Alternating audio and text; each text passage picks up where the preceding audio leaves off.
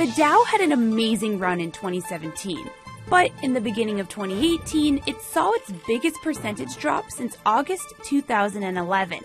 And news outlets couldn't get enough of it. Dow's up over 300 points. The Dow was down triple digits. Up 283 points. We are at session lows. But here's the thing.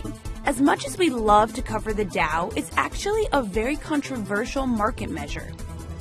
The Dow is comprised of 30 of some of the most widely known companies and represents industries ranging from financial services and healthcare to technology and telecommunications. But many say it's impossible to adequately represent our modern, diversified market with so few stocks. That's why they like the S&P 500, comprised of 500 companies. And the issues don't stop there. The Dow is also a price-weighted index, meaning that it's affected only by changes in stock prices, not market value. So what does that mean? Let's say these are average stock prices on the Dow. This line running between them represents an average price that determines the Dow number. So if stocks that are close in price to most others change, that line won't move much.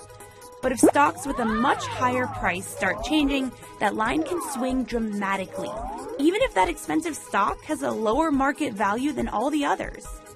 The S&P 500, on the other hand, is weighted by market capitalization. So this makes it a much better representation of the overall U.S. stock market. The bigger the market cap of a company is, the bigger its impact on the index will be.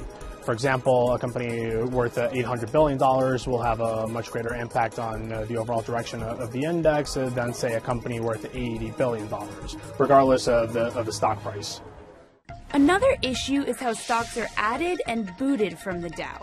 Plummeting stock prices, tarnished reputations, or government aid might lead a company to be dropped, but there's no set criteria. It's said committee members prefer the ratio between the highest share price and the lowest share price to be no more than 10-to-1, but this ratio is often ignored. So if the Dow is a bad market measure, why does everyone still use it? One reason is the index has a long and rich history. Created in 1896, the Dow is the oldest and best-known stock market index, and it's well understood on Main Street as well as Wall Street.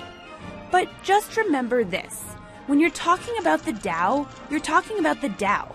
You're not necessarily talking about the broader market.